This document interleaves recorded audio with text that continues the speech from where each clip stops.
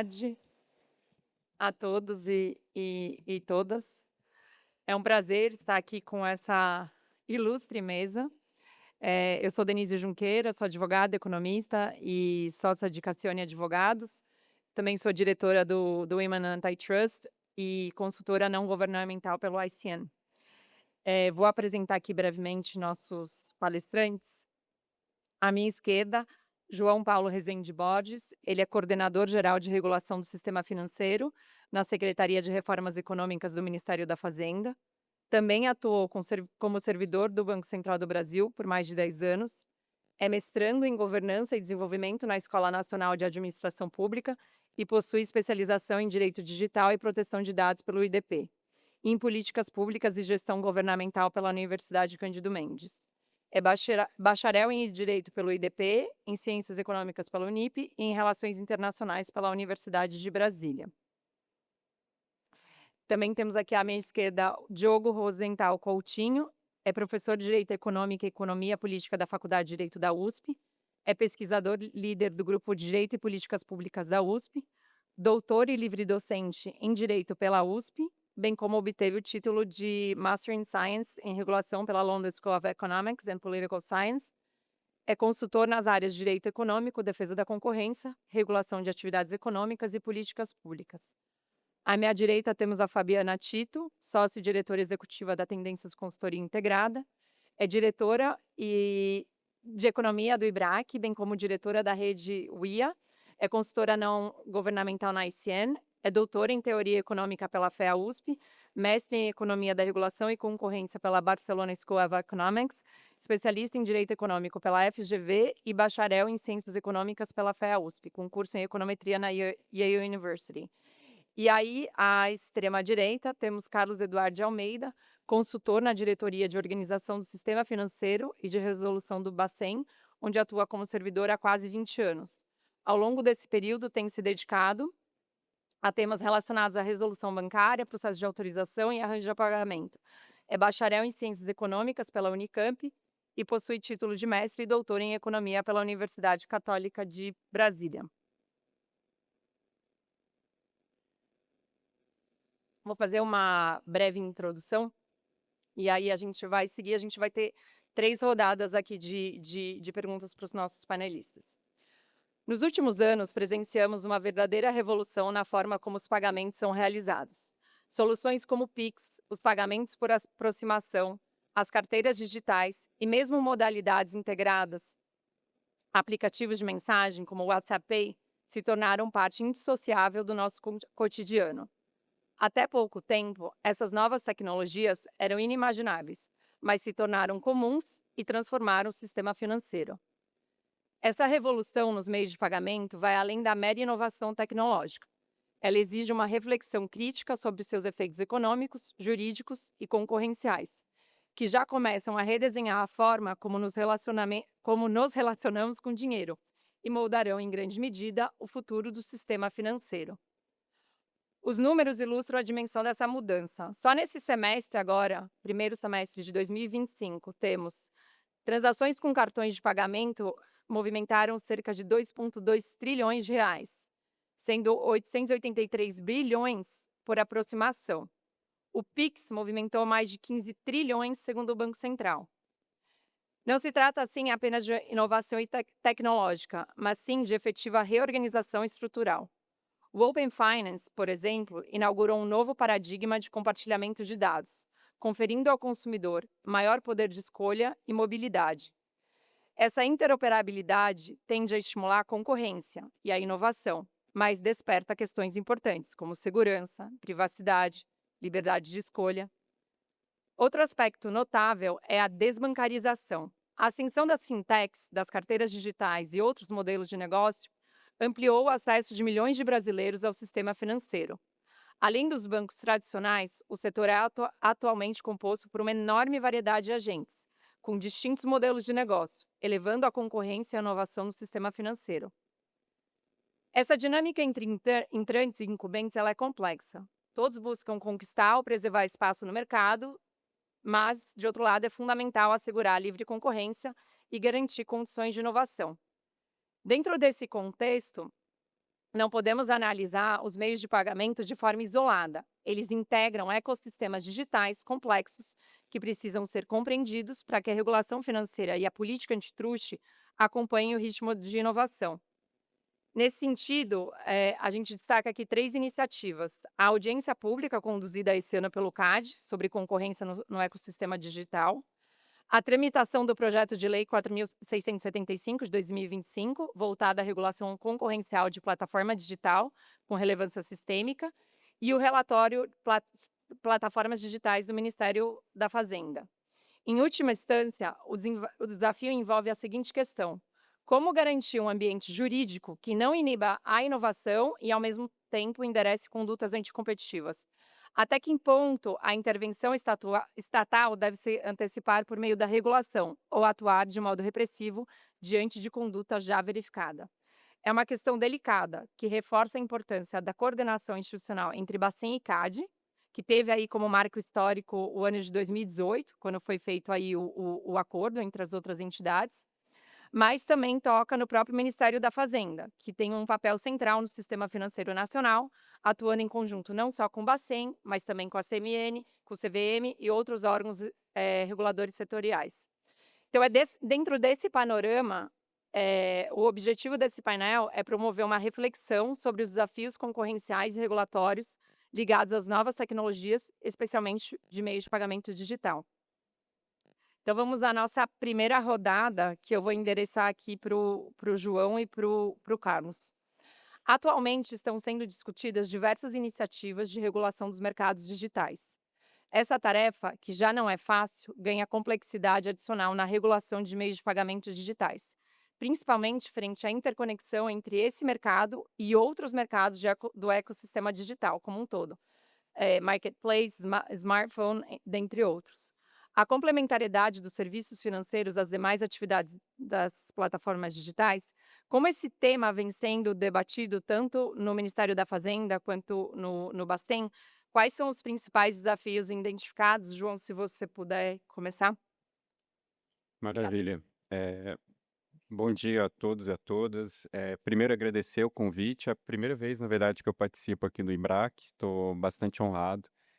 Confesso para vocês que eu cheguei na quarta-feira, então eu comecei um pouco uma imersão aqui pelo mundo da concorrência.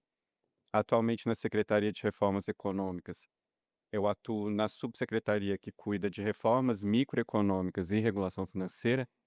A parte mais, de análise concorrencial fica na SEAI, na Secretaria de Acompanhamento Econômico, mas, ainda assim o que a gente fala é que também a subsecretaria de reformas trabalha com concorrência. Então até a minha vinda aqui foi um pouco para entender um pouco mais esse mundo. Eu que, né, como Carlos, sou servidor do Banco Central, atuo agora na Fazenda, e há muito tempo, me deparo com esses temas de pagamento, crédito, e agora com um olhar um pouco, mais aprofundado sobre a concorrência. E esse tema concorrencial é essencial ali na SRE, tá. Então, assim, acho que todo mundo deve observar que muitos dos assuntos que pautam a agenda econômica, eles estão ali sob a tutela do secretário. Então, desde questões de reforma de imposto de renda, outras questões tributárias, e muito do que se fala hoje em promover a concorrência, no mercado financeiro de pagamentos também, e em outros mercados, por óbvio. Nesse sentido, o que a gente tem observado é o seguinte: o Ministério da Fazenda, e o lado bom de estar aqui em um dos últimos painéis do evento, é que eu pude beber aqui um pouco de vários painéis que eu participei. O lado ruim é que eu acho que eu não vou inovar muito não, tá? Mas basicamente é o seguinte: dos painéis que eu participei, acho que grande parte da discussão vinha, o regulador também faz análise de concorrência? Né, tinha uma grande discussão, mas em grande parte eu acho que sim, né, o regulador também ele se preocupa e ele tem que se preocupar com isso. E em muitos casos, a própria, atuação do Banco Central enquanto regulador mais específico, tem sido, na verdade, a de instituir ali todo um ecossistema para a concorrência. No caso específico do Ministério da Fazenda, a gente muitas das vezes atua num papel de articulação, inclusive no âmbito do Congresso Nacional e junto de outros ministérios. Então, né, como foi mencionado, não só com o Banco Central, mas SUSEP, CVM, que são 2 autarquias ali, vinculadas ao ministério. Temos também as questões de fundo de pensão, todas as questões de previdência. Eu estou fazendo esse introdutório aqui para dizer o seguinte: não só no mercado de pagamentos você tem um ecossistema tecnológico, mas existe um ecossistema dentro das várias agências e dentro dos vários mercados. E esse hoje é um grande papel do Ministério da Fazenda de fazer ali uma articulação e colocar essa agenda em frente para que os órgãos toquem na medida das suas atuações. E aí, com base nisso, o que a gente observa é que há uma demanda social e também que é uma agenda prioritária do governo por acelerar inovações, desde aquelas relacionadas ao Pix, como por exemplo o Pix Garantia, que isso é uma demanda também de mercado, em grande parte vem sendo ali muito debatido na questão dos recebíveis, né, tinha toda aquela agenda de recebíveis de cartão de crédito, agora a gente já fala, na verdade, em como que o lojista pode dar a agenda de Pix futura dele como garantia, e isso é uma questão prioritária.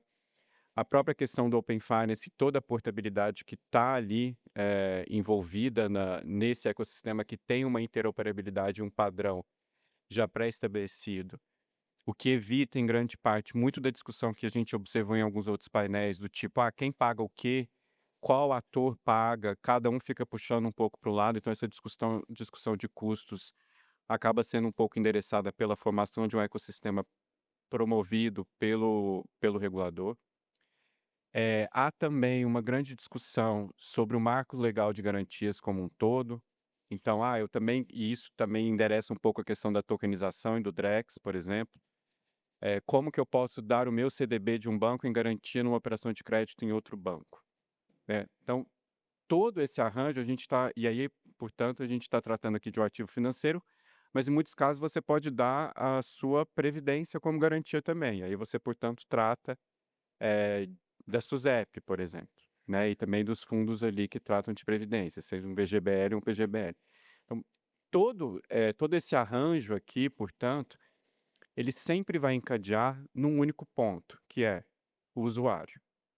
Ou seja, como garantir que cada um tem o poder de estar ali, com seja os seus dados no primeira fase do Open Finance, por exemplo, seja o meu ativo financeiro, seja, agora com crédito do trabalhador, o novo consignado privado, o poder de tomar um crédito mais barato na minha CTPS. Então, tudo isso está caminhando no sentido de eu quero poder dispor desse meu direito para poder, eh, no mercado, buscar ofertas que sejam mais vantajosas para mim. Então, se eu pudesse resumir talvez uma agenda principal da reforma micro e toda a parte concorrencial um empoderamento ali do consumidor, no sentido de ter mais opções de escolha e muitas das vezes na palma da mão. E aí eu estou falando, portanto, aqui na camada da superfície. Mas se a gente desce um pouco para entender como que é feito todo esse arranjo no mercado, a gente tem um ponto essencial que é como que esses ecossistemas são formados. No caso do Pix e do Open Finance, você tem ali o Banco Central atuando. E há uma discussão aí também, Carlos, que é assim, o Banco Central também não vai conseguir fazer tudo. Né, em algum momento tem uma limitação do regulador para falar: "Olha, já estou fazendo Pix Open Finance, você ainda quer que eu e atue em outra jornada também?". Então, muitas das vezes, o nosso papel temos como arrumar um outro líder para determinada entrega, ou o mercado consegue atuar de determinada forma ou não, ou e muitas das vezes endereçar um pouco mais a preocupação em relação, às big techs, e aí, portanto, por meio de um projeto de lei que foi tratado, bem profundamente aqui pelo Alexandre no primeiro dia, de como fazer com que muitas das vezes numa atuação prévia, a gente não crie ou enderece estruturas que no final das contas vão, acabar gerando um impacto concorrencial negativo. Então a nossa preocupação portanto, voltando ao início da fala, ela é essencialmente concorrencial, mas ela também é regulatória. Então, portanto, a gente diz assim, quais PLs são prioritários, quais não são. E muitas das vezes a atuação da secretaria tem sido no endereçar quais são as priorizações, e em todas elas a gente sempre parte do critério de isso vai aumentar ou vai reduzir a concorrência? Se vai aumentar a concorrência, passa a ser a prioridade da secretaria. Primeiro, um bom dia a todos. Obrigado, Denise, pelo convite. Agradecer também a presença do Diogo, do João, da Fabiana, que acho que é, assim como o João, minha primeira vez no IBRAC, e eu fico muito feliz de poder compartilhar um pouquinho da nossa experiência no Banco Central. Talvez eu fale de assuntos próximos ao que o meu amigo João falou, mas com uma abordagem um pouco diferente. Eu acho que eu queria contar um pouquinho para vocês como é que o Banco Central ele enxerga a sua atuação para lidar com esses desafios que a Denise mencionou na introdução. O que que a gente tem hoje nesse mundo de pagamentos digitais? A gente tem essa interseção em uma mesma jornada do pagamento, do marketplace, de uma rede social, e aí surgem personagens ou surgem oportunidades que acabam demandando uma atuação do regulador. E sempre fica aquela pergunta que acho que permeou o painel anterior também: como é que você, Banco Central, como você regulador, você olha, identifica uma fricção e como é que você faz para dosar o remédio, para você não fazer uma intervenção tão brusca, né?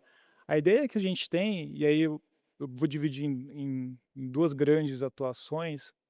Eu acho que a forma que o Banco Central enxerga esse cenário e endereça as ações regulatórias, uma delas é recepcionando a inovação, promovendo a competição nesse equilíbrio de estabilidade financeira, porque elas não são contraditórias. Inovação e competição por si só, elas não têm conflitos com a estabilidade financeira desde que você tenha uma regulamentação. E como é que a gente recepciona isso? A gente fala muito da proporcionalidade regulatória.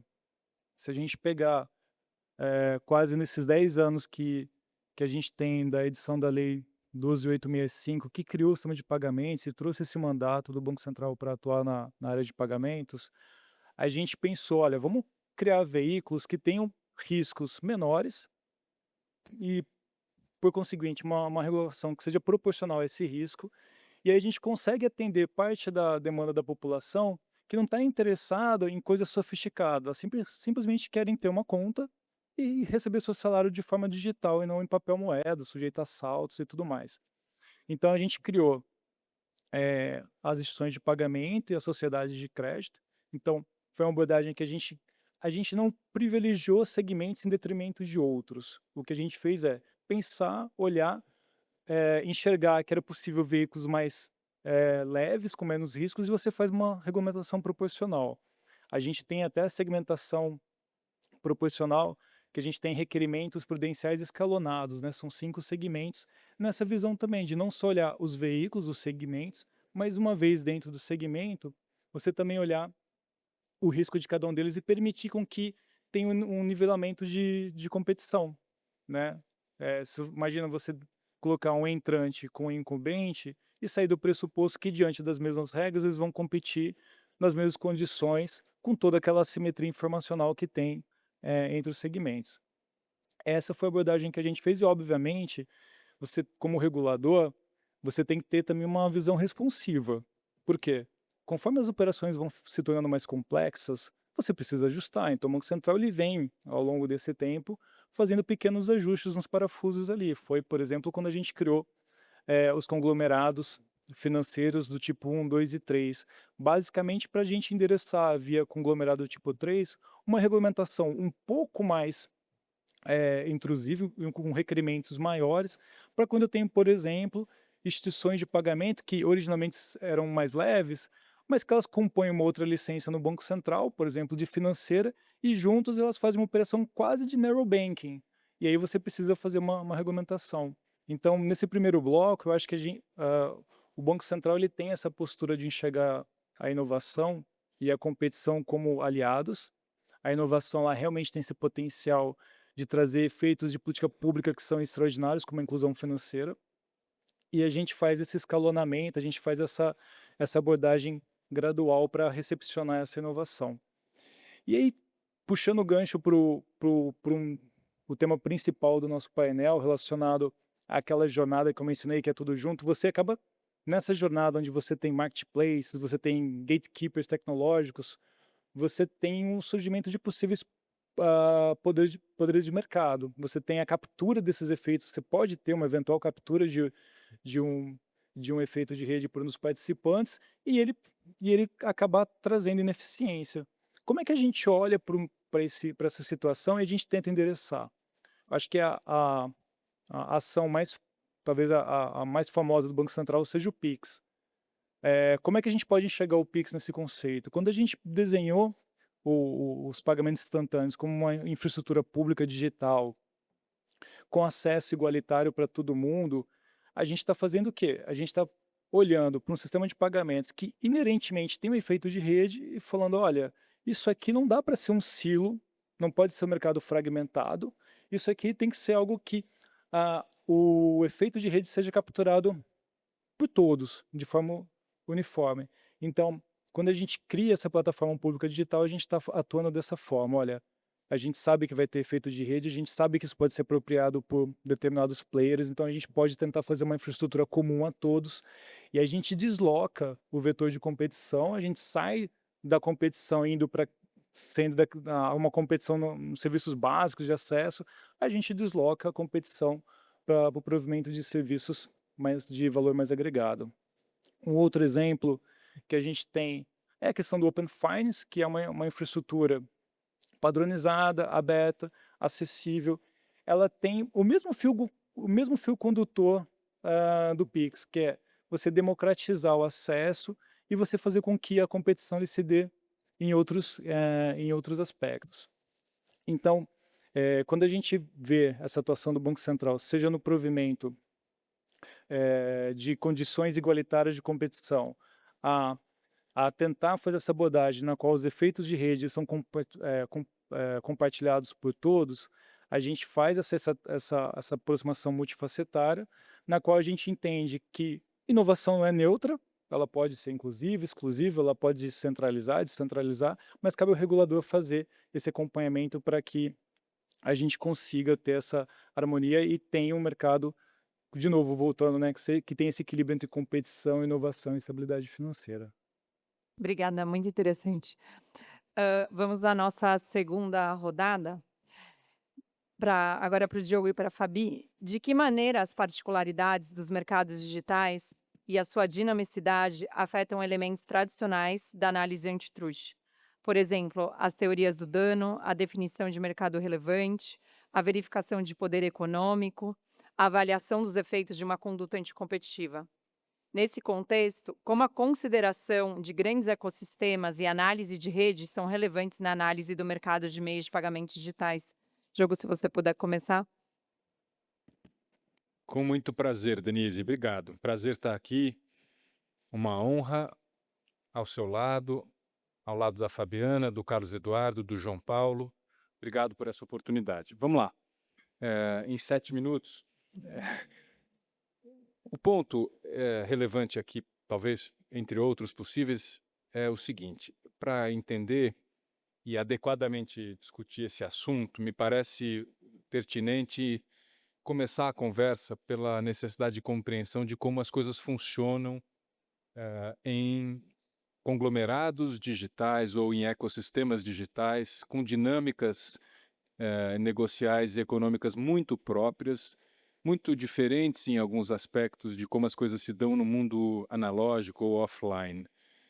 Esses conglomerados digitais, cada vez mais, especialmente os grandes, muito ramificados, cheios de mercados adjacentes, existem práticas, por vezes opacas, por vezes difíceis de enxergar do lado de fora, por assim dizer, através das quais um mercado subsidia o outro, um mercado alavanca o outro, um mercado complementa o outro. E eu não digo isso porque isso seja necessariamente ruim, isso é próprio, entre aspas, muitas aspas, natural de como as plataformas digitais se organizam nesses ecossistemas, nesses arranjos maiores. E não necessariamente isso é um problema, mas isto pode vir a ser causador de preocupações concorrenciais ou regulatórias quando, entre outras circunstâncias, um determinado arranjo de pagamento tá na jogada, está no meio desse arranjo, desse ecossistema, desse arranjo sistêmico. Em primeiro lugar, vale dizer que faz todo sentido, me parece, que uma grande plataforma digital ou que um grande conglomerado ou ecossistema digital tenha um sistema de pagamento proprietário. É da lógica racional do jogo, sobretudo num contexto de crescente financiarização das atividades das plataformas digitais, das fintechs em geral, que isso aconteça. É legítimo, inclusive, que isso seja incorporado, eu digo, o seu próprio meio de pagamento ao ecossistema. Então, também, a priori, não tem nenhum problema nisso. As questões começam a se colocar quando este meio de pagamento, porventura, é usado seja para ser alavancado por outra atividade desempenhada por essa plataforma digital que, através de subsídios cruzados, favorece esse meio de pagamento, seja quando algum tipo de fechamento de mercado, algum tipo de discriminação, algum tipo de prática potencialmente anticompetitiva é adotada, de forma tal que ninguém mais consegue entrar no ecossistema, ninguém mais consegue competir, seja de ecossistema com ecossistema, seja da perspectiva de um agente econômico menor que quer ou precisa daquele ecossistema ou de um dos seus laços ou enlaces ou nós para atuar na sua atividade econômica, porque existem relações de dependência entre agentes menores e esses ecossistemas, como todos e todas aqui sabem. Quando isso acontece, este arranjo proprietário de meio de pagamento pode se tornar um impeditivo desde que algumas coisas estejam presentes. É claro que isso varia caso a caso, isso tem que ser analisado com muita ponderação e cuidado, mas quando um agente econômico que, em alguma medida, depende do ecossistema, não consegue, por diferentes razões, acessar o ecossistema importante para ele, porque certas práticas são adotadas, uma preocupação concorrencial aparece.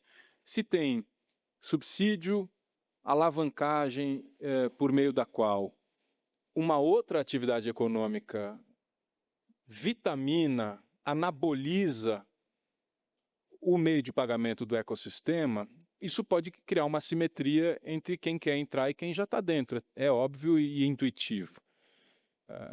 Isso precisa ser olhado. Pode haver defesas, pode haver justificativas, elas existem, desde o argumento tradicional e também intuitivo de que aquilo é parte de uma estratégia própria, de um crescimento orgânico, seja por razões de segurança, seja por razões de preocupação com todos os investimentos que o ecossistema faz ali. Mas pode ser o caso também de um subsídio cruzado problemático, pode ser o caso de abuso de posição dominante ou abuso de poder econômico, pode ser uma forma sutil, no mais das vezes é assim, ou explícita, de fechamento ou de criação de obstáculo ou dificuldade para ingresso ou entrada de um agente menor, pode ser um jeito novo e ainda desconhecido, pode ser uma forma de self-preferencing também, né, pelo qual a competição fica obstacularizada, fica mais difícil. Então, tem um importante, eu já vou caminhar aqui para o final, tem um importantíssimo equilíbrio entre as justificativas da plataforma e do conglomerado digital para que ela tenha o seu meio de pagamento próprio e, de outro lado, uma preocupação absolutamente central, que é sistêmica. Estamos aqui com 2 reguladores, Ministério da Fazenda, não deixa de ser um regulador, né, num sentido mais alargado, e o Banco Central, que é um regulador no sentido mais próprio da palavra, mas existe um equilíbrio importante entre algo que a legislação brasileira e todos os esforços regulatórios do Banco Central nos últimos anos estão fazendo progredir, que é a preocupação com a competição e com a interoperabilidade, que é o coração dessa discussão. E, de outro lado, esses argumentos que eu chamei aqui de argumentos de justificativa ou de defesa, e isso precisa ser ponderado. Em alguma medida, para que essa conversa avance, eu vejo a necessidade de duas coisas acontecerem simultaneamente para que esse equilíbrio seja bem enfrentado e não seja abalado de forma despropositada. Em primeiro lugar, a perspectiva concorrencial precisa avançar um pouco no sentido de compreender quais são essas peculiaridades dos ecossistemas digitais. Os ecossistemas digitais são uma camada adicional de toda a complexidade que as plataformas digitais já têm por si só, mas o ecossistema agrega mais confusão e dificuldade nisso. Então, é preciso que a autoridade antitrust, que o CAD, agora que ele vai se transformar num regulador em alguma medida também, precise desenvolver, coisa com a qual já está preocupado, evidentemente, esse tipo de inteligência, esse tipo de conhecimento sobre teorias do dano, sobre o problema de mercado relevante, preço, gratuidade, subsídio cruzado, etc. E crie uma jurisprudência peculiar para ecossistemas e plataformas digitais, na qual os parâmetros da interoperabilidade sejam bem definidos através da construção consistente, intertemporalmente falando, dessa jurisprudência, desses entendimentos. Do lado do regulador, que é inteiramente complementar ao lado do aplicador do direito da concorrência, e tenho certeza que o Banco Central já está fazendo isso, a gente até conversou um pouquinho, também é importante que a interoperabilidade comece a ser transformada de um princípio organizador da lei de meio de pagamento em um conjunto mais palpável e mais concreto de parâmetros para que essa interoperabilidade se torne mais perceptível, mais visível, mais operável, se é que vocês me permitem aqui o trocadilho. A interoperabilidade precisa de algum grau de manejo, de aperfeiçoamento e de implementação. Eu não sei nem, vou arriscar aqui, dizer se não seria o caso de, em algum momento, o Banco Central pôr isso no papel e regular, com todos os cuidados que a inovação requer, para ela não ser mitigada, para ela não ser inibida, mas eventualmente regular, digamos assim, preto no branco, como é que essa interoperabilidade pode se dar, ainda que de forma genérica, porque sempre o caso a caso precede a aplicação de regras muito rígidas, né? Então, eu vou deixar a Fabiana falar sobre, a gente combinou isso, né, sobre certos desdobramentos e implicações mais econômicas, mas tem muitas variáveis para olhar e este equilíbrio, sobretudo, é alguma coisa que precisa ser muito bem identificado, de preferência mantido e, eventualmente, ele deve ser comprometido, mas aí no bom sentido de pender para um lado ou para o outro, com todas as motivações e demonstrações pertinentes e cabe em boa medida, e com isso eu termino, ao regulador da concorrência e ao regulador dos meios de pagamento ou do sistema financeiro como um todo se desincumbir do ônus argumentativo e do ônus da prova de dizer que tem problema ali. Enfim, tem muitas coisas para discutir, mas fico por aqui para a gente poder seguir adiante. Muito obrigado, gente. Obrigada, Fabi. Bom, primeiro, boa tarde a todos e a todas aqui. Obrigada, Denise, pelo convite. Acho que complementando, né, falando um pouco sobre esses aspectos de mercados digitais em relação aí meio de pagamentos, acho que antes é importante trazer os aspectos mais econômicos, né? E aí pensando um pouco mais nas questões estruturais, né, mercados digitais eles têm algumas características que são bem importantes quando a gente avalia questões relacionadas tanto com concorrência quanto com a parte regulatória, né? Primeiro de tudo, como todos sabem bem aqui, os efeitos de rede, né, diretos e indiretos, que acho que são características que interferem bastante em como que a gente avalia ali a forma como esses casos devem ser avaliados, né? Eh, Como a gente comentou aqui em grande parte das falas, eles têm as características de ecossistemas, ou seja, eles não devem ser caracterizados como um produto isolado, mas muito mais ali no elo fundamental de serviços que eles são multifacetados, ou seja, eles são todos interligados ali, que acaba trazendo um pouco eventuais preocupações de mercados adjacentes, né? Inovações aceleradas, ou seja, né, mercados ali que eles estão sempre inovando, estão sempre ali sendo colocados em novos nichos, novos negócios, novos padrões de tecnologia, que acho isso que traz ali um desafio, né, do ponto de vista regulatório, seja pelo descompasso com questões regulatórias e como os mercados acabam sendo desenvolvidos ali, né? Então, acho que esse é um outro ponto também que a gente precisa entender, porque tem uma baixa previsibilidade do que ele vai acabar sendo desenvolvido. E acho que um aspecto que a Denise comentou, né, é como é que a gente interpreta e define os mercados relevantes, né. Acho que como a gente já tem comentado muito aí nas discussões de mercados digitais, mas também nos meios de pagamentos, a gente tem características bem diferentes de mercados tradicionais, ou seja, não dá para olhar em foco preço, né, até porque preço aqui, em grande parte das plataformas, um lado não paga nada, né, então a gente tem outros aspectos aqui, que, por exemplo, um teste monopolista hipotético, ele não cabe aqui nessas avaliações de mercado relevante, né, então eles são pouco úteis com relação a essas avaliações. Então as ferramentas tradicionais, elas deixam de ser, operacionalizadas, né, mas a gente tem que olhar para outras finalidades, né, seja focos ali em qualidade, a gente tem que entender ali as barreiras, né, como é que esses mercados, eles estão sendo, construídos, enraizados, né, tem uma questão ali muito importante com relação à substituibilidade, que ela acaba sendo muito multifacetada, a gente tem aqui os exemplos citados, né, seja Pix, seja o QR Code, seja pagamento por aproximação, então a gente tem ali esse intercâmbio por formas como elas são utilizadas, né, então, nesse aspecto o mercado relevante acaba sendo um pouco mais abrangente.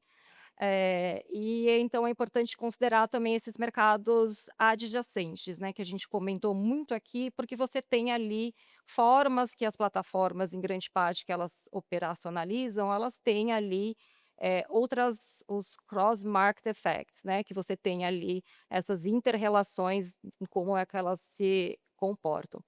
E acho que tem outro ponto também que é importante sobre a questão de como é que a gente avalia aí poder de mercado, né. Nós aqui como economistas, né, a gente traz sempre uma abordagem ali, às vezes um pouco tentando trazer uma questão um pouco mais pragmática, mas de novo, né, a gente nestes casos, a gente não tem ali uma avaliação estática, né, qual que é a participação de mercado ali numa plataforma, né. Ela traz ali dentro de uma concepção um pouco mais de ecossistema.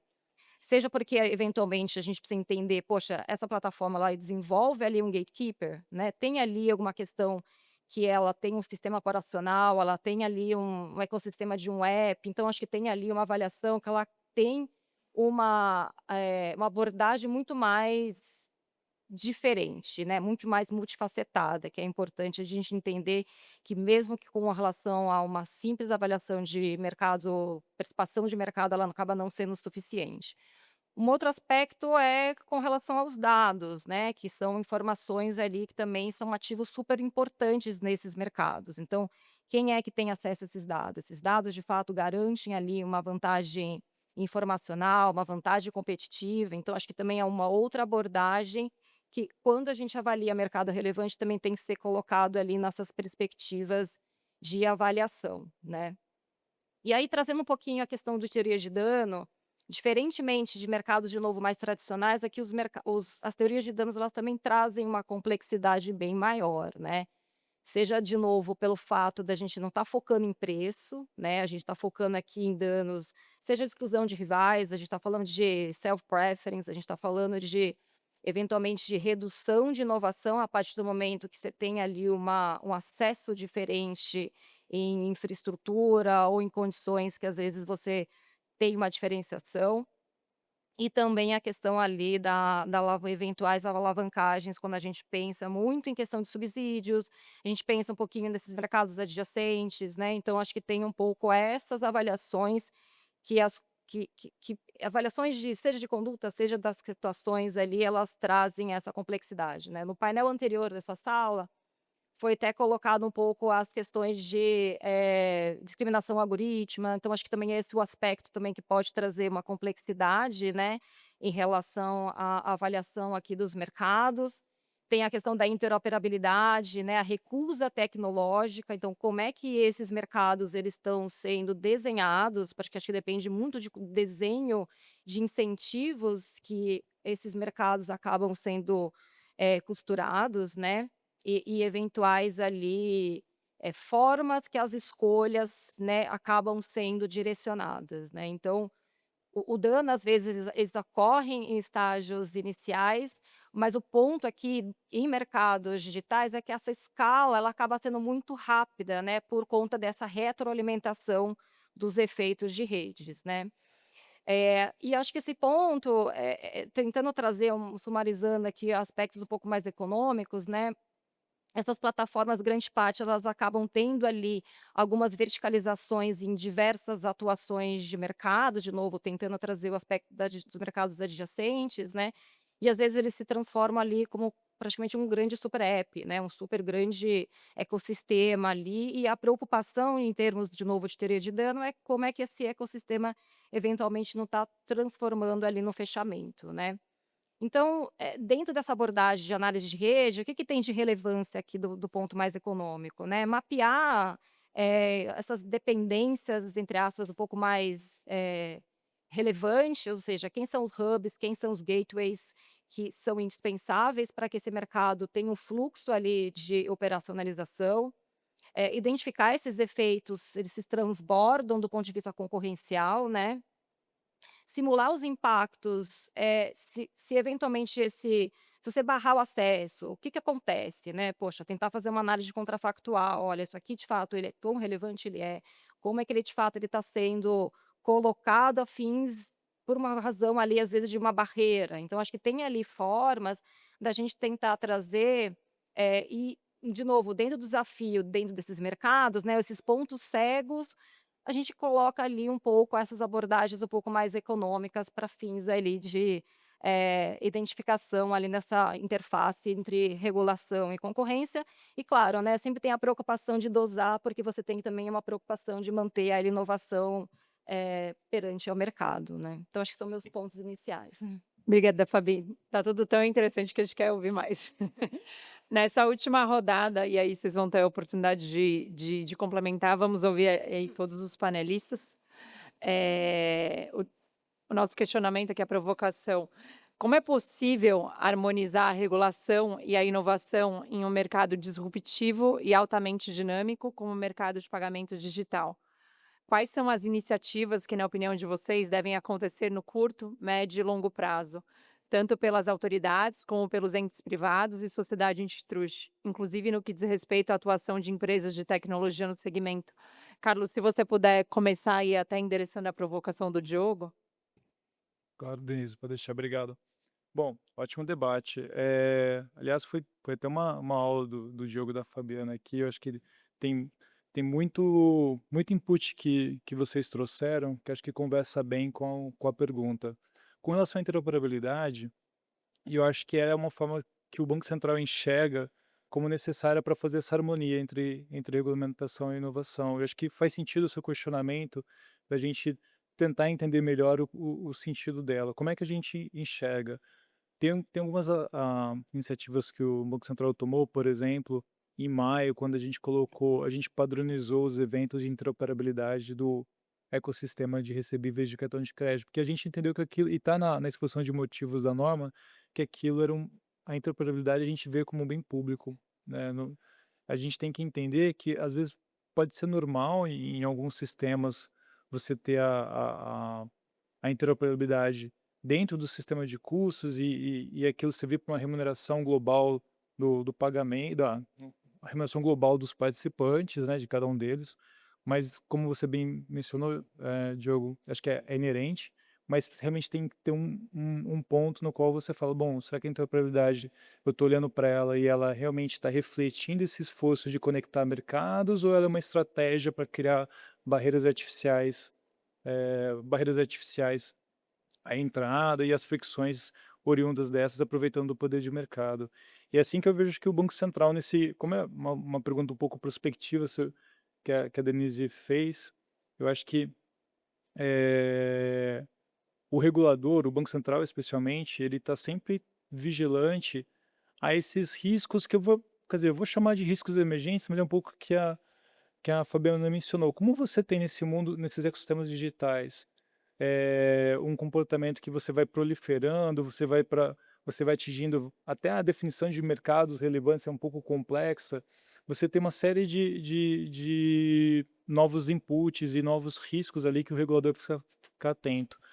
Do nosso lado, do Banco Central, a gente tem, se a gente pensar assim, em curto, médio, longo prazo, acho que no curto prazo a gente já está endereçando alguma dessas questões. A gente fez a consulta pública 104 de gerenciamento de riscos em arranjos de pagamentos de cartões, que deve estar saindo muito, muito em breve. E ela trabalha um pouco dessa questão dos arranjos de pagamentos e como você faz esse gerenciamento de risco de uma forma que ele preserva o interesse público de garantir que o estabelecimento comercial receba seus recursos e, ao mesmo tempo, não crie fricções a ponto de trazer assimetrias no tratamento entre participantes nesse gerenciamento de pedir mais ou menos garantias, como é que você lida com tudo isso. Acho que ele vem nessa parte. Tem uma parte da consulta pública 118, que a gente trata dos solicitantes de tokens, que a gente olha para esses novos personagens, um pouco do que a Fabiana trouxe, assim, a gente vê novos personagens surgindo nos arranjos de pagamentos, e como é algo muito novo, ali a gente fez até uma tomada de subsídios, porque a gente queria primeiro entender como era o funcionamento, saber se isso realmente era uma fricção, entender se é necessário ou não fazer uma regulamentação, né? Isso vai vir posteriormente, que a equipe que trabalha com essa de solicitante de tokens é a mesma que está trabalhando no gerenciamento de risco, então as coisas precisam ser ordenadas. E aí se a gente olhar na agenda regulatória do Banco Central, atendo mais a diretoria na qual eu trabalho de organização financeira, a gente tem os estudos sobre custos em arranjo de pagamentos pós-pagos. Se a gente olhar numa agenda de outra diretoria que é de normas, a gente vê ações relacionadas a Banking as a Service, essa discussão toda de marketplaces, contas boções, tudo que vai ser endereçado nessas normas pela diretoria de normas do Banco Central. Eu acho que, e para finalizar, se a gente olhar de uma forma muito prospectiva, assim, já saindo um pouco para o futuro, pegando um pouco o que o João falou no início, a gente olha pela experiência que o Banco Central tem e de outros bancos centrais também, que a gente tem esse debate sobre finanças tokenizadas. Finanças tokenizadas, os bancos centrais já enxergam não como uma moda ou algo que está vindo, a gente precisa trabalhar. Não, a gente enxerga isso até pela experiência que a gente teve durante a elaboração da fase 1 e fase 2 do Drex. A gente vê que na tokenização ela tem um potencial enorme de redução de custos, você tem features ali dentro relacionadas à programabilidade, à liquidação atômica que trazem benefícios, e a ideia é você fazer esse questionamento, é olhar e falar, olha, ok, eu sei que isso aqui é promissor, então como é que eu vou pensar a regulamentação? E aí a gente faz essa atuação multifacetária que o Fabiano mencionou, gradual, então a gente tenta trabalhar junto com o mercado, com uma escuta muito ativa e ver como é que a gente endereça. Então, assim, em resumo, é isso. A gente tem essa questão da interoperabilidade que ela é relevante, necessária na execução de bem público, e a gente tem essa necessidade de estar sempre vigilante a essas características que vão surgindo e como a gente fazer uma atuação segura e que não seja a atuação do Banco Central não seja disruptiva no equilíbrio do mercado. Obrigada. João, e sob a perspectiva do Ministério da Fazenda, se você puder complementar. Eu também reforço aqui as palavras do Carlos. Foi bom ouvir uma aula aqui, né? Colocar os conceitos aqui em pauta. Para o Ministério da Fazenda, eu acho que assim, a gente precisaria pensar na questão do fato de que o regulador ele está sempre atrás, né? Então, assim, partindo dessa premissa, e acho que encaminhando um pouco para a questão do PL das Big Techs, eu acho que me parece aqui desse painel que a gente tem uma visão geral de que esses mercados digitais em que você tem economias de rede, um mercado de múltiplos lados, em que eventualmente você tem aquele que instituiu o ecossistema, ao mesmo tempo sendo participante do sistema, ele, a priori, merece um olhar mais atento. Eu estou dizendo isso por quê? Porque em muitos casos e essa é a preocupação do Banco Central, e eu acho que isso de fato é um bem público. Se a gente lembra da revolução das maquininhas, né, a gente fala da revolução das maquininhas, a gente fala da revolução do Pix, a gente fala da revolução do Open Finance, daqui a pouco eu quero falar da revolução das duplicatas escriturais, e tem muitas outras, né, que a gente fica colocando em pauta, mas são várias revoluções e que você sempre tem que ficar com a preocupação de que aqueles que são incumbentes, eles têm uma natureza no próprio mercado, e é uma questão de poder político mesmo, de fazer uma pressão pela não ampliação da concorrência, né? E isso é um fato. Partindo desse pressuposto, se você pega um caso que está no CAD, que eu não vou esmiuçar muito, mas se você pega a questão das wallets, né, me parece que em todas as falas aqui fica claro que, bom, agora o Banco Central vai avaliar se vai ou não ter que autorizar os provedores de wallet e tal. Eu acho que o PL ele vem muito na linha de falar assim: olha, antes de mais nada, esse mercado já merece um olhar atento da autoridade da concorrência. É porque depois, se você precisar regular esse mercado, agora você entra numa discussão de consulta pública, uma regulação, você tem toda a lógica regulatória. Mas antes de mais nada, você tem uma preocupação de concorrencial que precisa ser endereçada agora pela possível nova estrutura do CAD. Então, assim, quebrando, por isso que eu digo que no começo eu dividi a fala em duas partes. Se você olha na superfície, é óbvio que aquele que está com seu mobile, ele quer pagar, pagar pouco, pagar rápido e com seu próprio celular.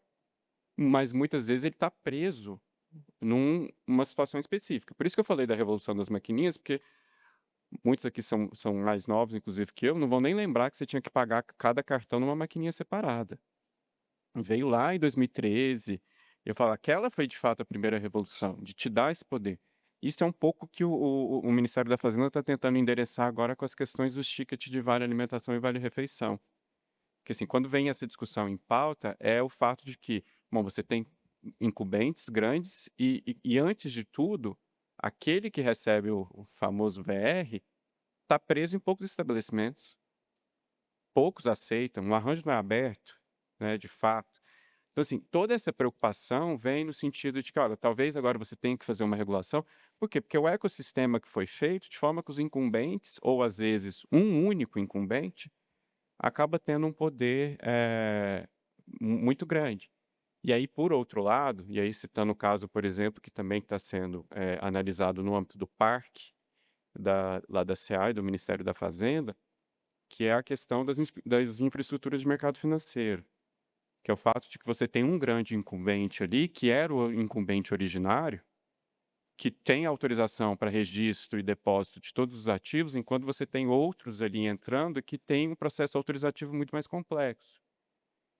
E aí, muitas das vezes, há também, segundo o relatório do CAD, isso é público, indícios de que pode haver uma conduta unilateral ali naquele caso.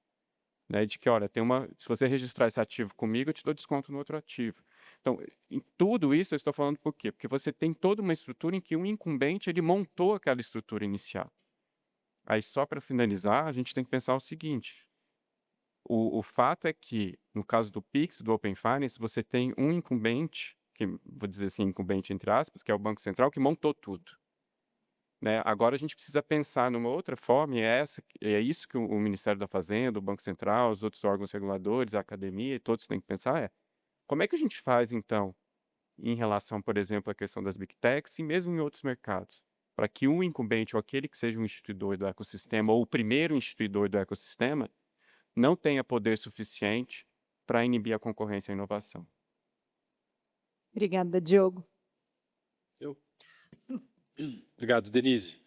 Antes de responder ou de tentar responder, eu queria só dizer que é um privilégio para mim ouvir dois reguladores, o Carlos Eduardo e o João Paulo, falando sobre o que é que eles têm pensado e feito nos seus respectivos locais de trabalho e instituições sobre esses temas. É muito rico e, como eu disse, é privilegiado poder ter esse tipo de interlocução, e não deixo de registrar que eu fico orgulhoso de ver que vocês estão pensando nisso com tanto cuidado e orgulhoso pelo trabalho que vocês fazem em nome do interesse público, eu quero dizer, né? Legal para um acadêmico e pesquisador ouvir esse tipo de resposta que vocês estão dando. Bom, eu queria dizer uma coisa que pode soar meio provocativa antes de mais nada, mas eu vejo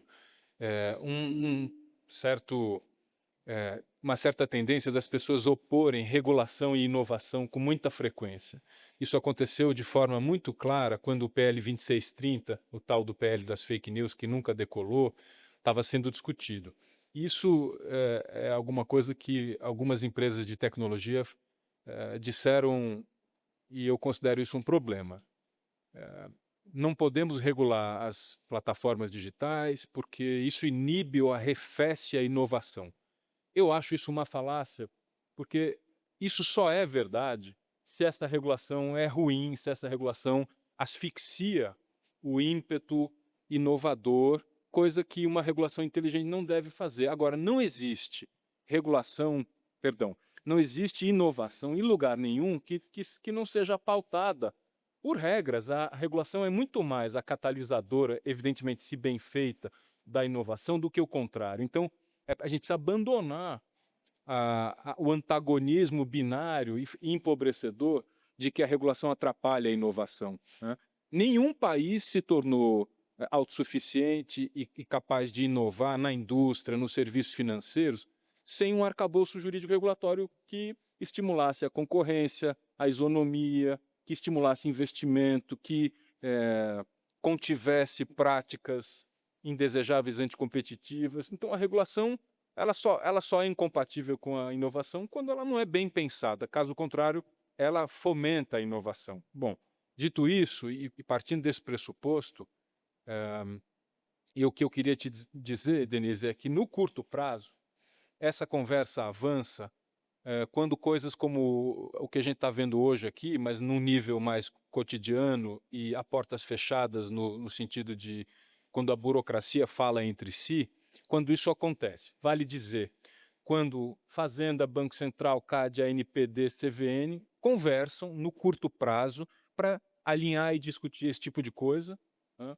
Quando há interlocução e diálogo e coordenação institucional, da qual, num horizonte de médio prazo, entendimentos e compreensões convergentes e compatíveis surgem para que esse diálogo se converta em decisões, em alinhamentos sintonizados que se transformam progressivamente em decisões, em novas normas, em procedimentos, em portarias que conversem de forma harmônica umas com as outras. Isso é o médio prazo.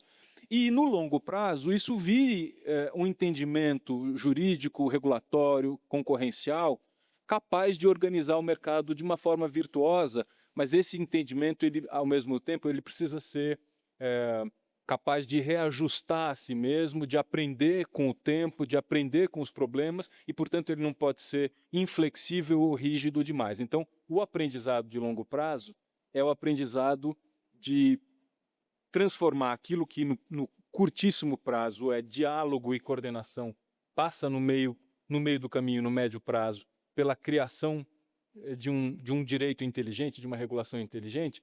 Isso, no longo e no período mais projetado no tempo, isso passa por uma aplicação consistente, rigorosa, mas ajustável na medida em que justamente a tecnologia e a inovação acontecem. Então, a boa regulação é a regulação que se estabiliza, que cria segurança, que cria previsibilidade econômica e jurídica, mas também revisa a si mesma quando necessário, sem atrapalhar investimento, sem atrapalhar a tomada de risco e, sobretudo, a incerteza schumpeteriana que está por trás da inovação. Isso não pode ser sacrificado. Então, essa é uma regulação na qual a gente tem que acreditar. É uma regulação concorrencial, não uma regulação paternalista ex ante que quer predeterminar o que é a inovação. Só ou ingênuos ou reguladores autoritários é que pensariam que uma regulação pode funcionar a ponto de atrapalhar ou inibir a inovação. Muito obrigado, gente. Obrigada. Não, esse ponto é bem interessante, conecta até um pouco com o que eles estavam comentando no painel anterior, porque no final, né, com a sua provocação, e eu concordo com ela, a gente sempre fica naquele conflito entre o over-deterrence e o under-deterrence, e aonde se encaixa, né? E tentar esse ponto de equilíbrio é importante. Fabi, se você puder complementar.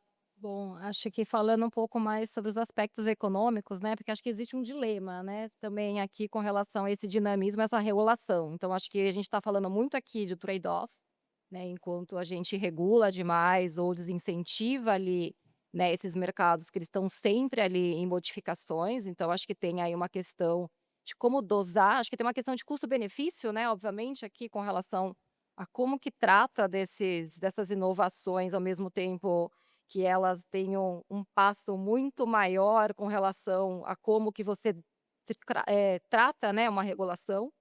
Mas acho que do ponto de vista, né, da tua pergunta, Denise, né, como é que a gente harmoniza a regulação e concorrência, né, assim, trazendo um pouquinho os princípios econômicos, A gente está falando aqui de princípio de proporcionalidade regulatória, né? Acho que tem uma questão aqui, como é que a gente coloca medidas calibradas, né, de acordo com o poder de mercado, lembrando que o poder de mercado aqui ele tem uma avaliação muito maior, muito mais multifacetada do que simplesmente concentrações de mercado aqui. Mas ao mesmo tempo a gente tem que trazer essa questão de proporcionalidade para evitar ali esses custos regulatórios, às vezes, para entrantes, né? Então acho que tem um ponto aqui importante. É porque a gente está falando aqui muito de plataformas já enraizadas, né? Mas acho que tem um conceito aqui também, eventualmente, de mercados ali para que tenha entradas novas. Obviamente, a gente está falando sobre questões, às vezes, que têm acessos que são prioritários, né?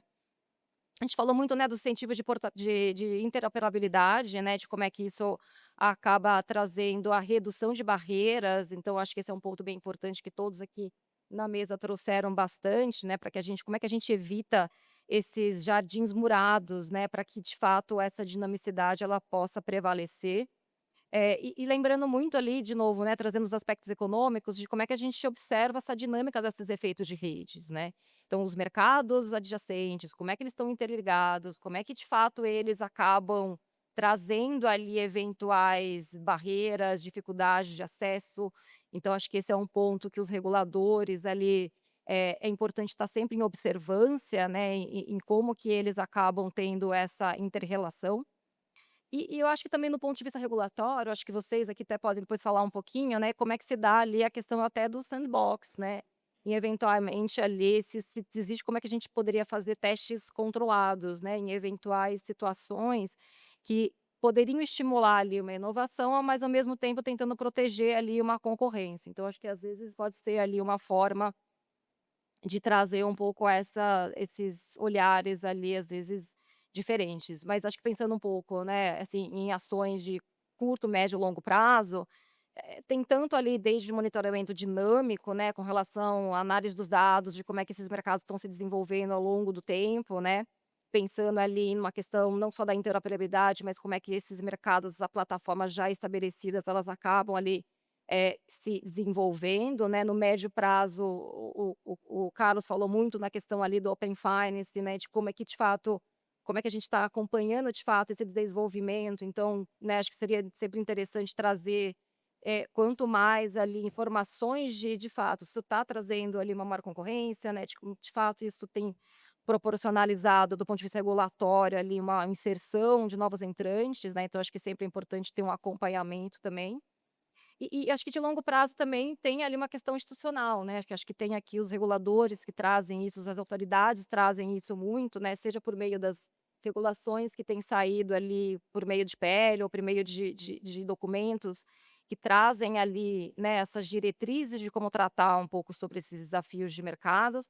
Mas acho que no final, né, Denise, tentando trazer aqui um fechamento, né, tem muito essa importância do diálogo contínuo, né, de novo, como a gente está falando de mercados que eles estão em constantes transformações, eu acho que sempre vão ter aprendizados ali de também continuados, né, seja por meio de diálogos com os reguladores, com os agentes privados, especialistas, né, que a gente consiga trazer um melhor equilíbrio entre o regulação e inovação, porque ele de fato não é uma leitura estática, né.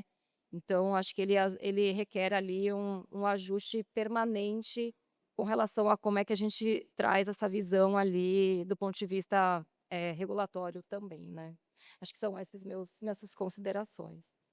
Obrigada. Bom, primeiro eu queria parabenizar todos os painelistas, porque eles ficaram bem dentro do tempo. Então, com isso a gente pode, abrir aí a perguntas, mas eu só queria, enfim, aproveitar a oportunidade também de parabenizar o Banco Central, porque eu acho que o Pix é o grande exemplo disso tudo, né, é um grande sucesso. Ele abriu aí as portas para toda a população brasileira, e aí entra justamente no ponto do Diogo, porque que é importante regular, ou seja, não significa necessariamente que eu vou, né, sobre-regular, mas colocar ali um mínimo de ordem para que, né, todos tenham acesso, seja produtivo para todo mundo. Alguém tem alguma pergunta? Aproveitando aqui que foi dada essa oportunidade. Tem um PL sobre as Big Techs que ainda não foi aprovado, está na Câmara, eu não esqueci agora o número. E eu sei que teve uma grande discussão antes sobre do mérito dele, se a gente deveria ter um tipo DMA, que é Don'ts and Do's, né? ou você deveria ter, que é um pouco a ideia de você fazer uma análise per se, né? E tem uma outra vertente que apoia a ideia de você analisar caso a caso, né? Queria um pouco entender, assim, de vocês, se vocês teriam alguma opinião sobre isso, principalmente aí também o Ministério da Fazenda, entender um pouquinho a visão de vocês, sobre as duas visões e sobre como é que está o andamento desse PL. Obrigada. Tá ótimo. Bom, essa discussão marcou ali a abertura do evento, né? Quando o Alexandre estava aqui, ele teve a oportunidade de falar bastante sobre esse tema. Acho que a primeira questão a pontuar é que agora o processo está seguindo o rito legislativo, né? Então, assim, uma vez que está no Congresso, usando um linguajar mais informal, a bola está com eles, está com os parlamentares. É óbvio que a Fazenda está ali, prestando todo o apoio, e também não é segredo para ninguém, inclusive está na mídia, que depois da reforma do imposto de renda, a prioridade é o PL das Big Techs, né? E eu digo depois, é óbvio que já vem atuando na questão do PL das Big Techs, mas vamos aprovar agora a reforma do IR, e aí, até porque, salvo engano, eu confesso que eu não consultei nem ontem nem hoje, mas ainda não há designação de relator na Câmara, não sei como é que vai acontecer esse rito legislativo. Mas é fato que é uma proposta que foi feita com muita negociação, com vários ministérios, também com a academia, com a sociedade civil, com empresas, inclusive. Então, assim, em termos técnicos, o Ministério da Fazenda e depois, por óbvio, a Casa Civil encaminhou um texto que a gente considera maduro, tecnicamente maduro. É óbvio que, sujeito, que a gente falou na palavra flexibilidade, né? É óbvio que o rito legislativo também exige uma certa flexibilidade, um entendimento. Havia uma certa ansiedade também de entender como é que, questões até administrativas, né? Como é que o CAD vai se estruturar, como é que vai ser. Então, assim, no momento a gente talvez tenha menos respostas do que a letra fria do PL. Mas o fato é que é óbvio que os do's and don'ts foi considerado também, tudo isso, mas eu acho que, fazendo um gancho com o nosso painel, me parece um certo consenso aqui de que o assunto é complexo. É muito complexo.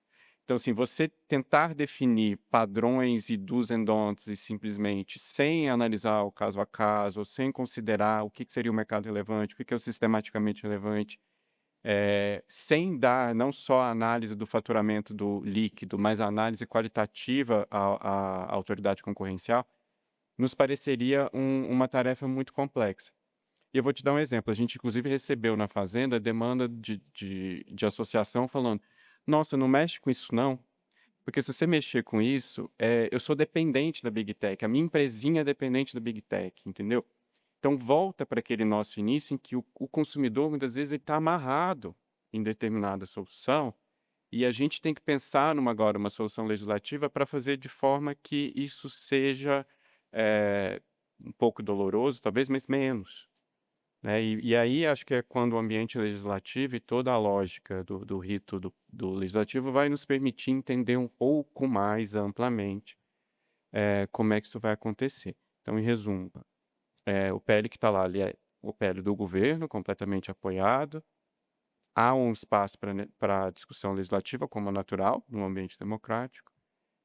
E todas as alternativas foram, sim, pensadas. O que foi feito foi tentar criar um texto que fosse suficientemente flexível e, ao mesmo tempo, endereçasse, em grande parte, os questionamentos que a gente tinha aqui na mesa. Obrigada, João. A gente teria tempo só para mais uma pergunta. Olá, bom dia, tudo bem? Eu queria entender com vocês como vocês enxergam. Foi falado bastante sobre os incumbentes, interoperabilidade, enfim. Queria entender como que vocês enxergam a análise de eficiência que o CAD deve fazer, porque muitas vezes a análise de eficiência ela não é sobre preço, né, como a Fabiana falou. E às vezes os incumbentes eles entregam essas eficiências, né? Às vezes, especialmente quando a gente vai para uma análise de mercado regulado pelo Banco Central, aproveitando aqui a presença, essa regulação ela traz uma segurança, ela é necessária para trazer determinadas seguranças, dado que a gente está tratando de um mercado que depende dessa segurança. A gente está falando da economia brasileira. Então, alguns parâmetros da regulação eles são altos porque eles devem ser altos para que os novos entrantes eles atinjam esses parâmetros, né? E quando a gente olha para os incumbentes, muitas vezes eles estão nessa dinâmica da regulação e entregando essa segurança para o mercado, essa rigidez de uma forma ampla, né? Então, eu queria entender como que vocês enxergam essa análise de eficiência versus a defesa da concorrência em mercados que são muito regulados e que eles dependem, de fato, dessa regulação e que, muitas vezes, os incumbentes eles entregam essas eficiências justamente porque eles estão respondendo a essa regulação há algum tempo, né? Queria entender como vocês enxergam essa questão. Quer falar? Posso? Muito rápido, obrigado pela pergunta. Eu arriscaria uma resposta na seguinte linha. Quanto às eficiências, é preciso distinguir, e por vezes a linha pode ser muito tênue, entre o que é eficiência, ganho de produtividade, ganho de logística, ganho de racionalidade, de economia, de escala e tal, que decorre da integração sistêmica dentro da plataforma, que por si só tem valor intrínseco, que acontece pelo fato dessa plataforma ou desse ecossistema digital ser, por vezes, contratual, por vezes, societariamente integrado, do que é resultante em termos de pretensa eficiência de práticas anticompetitivas. Isso é difícil de distinguir em muitos casos, porque não é uma coisa que acontece a olho nu, é opaco, é difícil de compreender, tem muita assimetria de informação entre autoridade antitrust e mercado, mas eu acho que tem coisas que precisam ser separadas. Quando aquele empreendimento se dá na forma de uma plataforma digital que se associa complexamente, muitas economias e eficiências podem ser obtidas por mérito, por racionalidade, por motivos justificáveis. Isso é uma coisa. Outra coisa é quando o que se chama de eficiência, o que se chama de uma coisa positiva ou virtuosa, decorre de um certo tipo de prática que inviabiliza alguém que queira competir, seja um agente menor, seja um outro conglomerado, um concorrente de peso do mesmo tamanho, quando este oponente, quando esse entrante, quando esse concorrente se vê discriminado por práticas que ele só vai conseguir competir se ele repetir também, ou se ele se conglomerizar da mesma forma na qual ou pela qual certos ganhos ou vantagens extraordinárias se dão com base em condutas potencialmente anticompetitivas. Este é um tipo de eficiência, entre aspas, que deveria ser evitada. Então, eu tentaria ir por aí, distinguir de que eficiência estamos falando. É um palpite arriscado em tese, em abstrato, que eu tento aqui dividir com vocês, mas isso, evidentemente, não prescinde de uma discussão muito cuidadosa e, de novo, em que a circunstância concreta preside o que é para se analisar. Não dá para extrair muitas pressuposições em tese sem olhar o que está acontecendo ali, né? Acho que só para complementar rapidamente aqui o Diogo, acho que, de novo, depende muito de caso a caso, mas a gente tem sempre que entender o que você está falando em termos de eficiências, né? Uma eficiência que ela deriva necessariamente de você não ter o acesso para os demais, assim, sempre pensando no chamado contrafactual, ou seja, você tem a situação onde como ela opera, mas ela vai de fato perder o que seriam essas eficiências, né? Então tem sempre que trazer em perspectiva